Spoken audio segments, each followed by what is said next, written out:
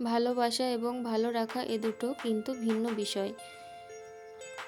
সব ভালোবাসায় ভালো রাখা থাকে না, আবার সব ভালো রাখায় ভালোবাসা থাকে না।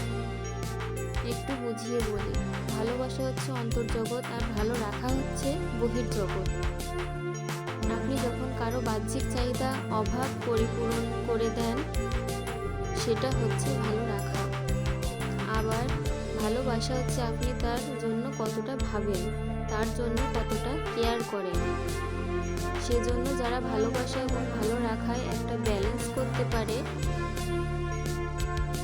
তারা নিজেদের ব্যক্তিগত জীবনে, সংসার জীবনে, এমনকি প্রেমময় জীবনেও অন্য অনেকের চেয়ে অনেক বেশি সুখে এবং শান্তিতে থাকতে পারে।